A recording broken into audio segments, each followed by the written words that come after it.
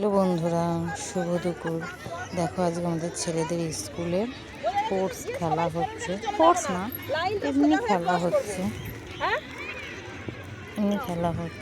স্কুলের সব ছেলে মেয়েরা সব মাঠে বেরিয়েছে, খেলা করছে, দৌড় ছোটা হচ্ছে। স্যার ম্যাডামরা সব বেরিয়েছে, সব খেলাধুলো করছে।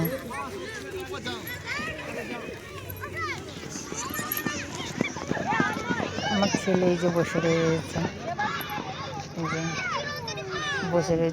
খেলা হয়ে গেছে, এক রান দিয়ে বসে রয়েছে।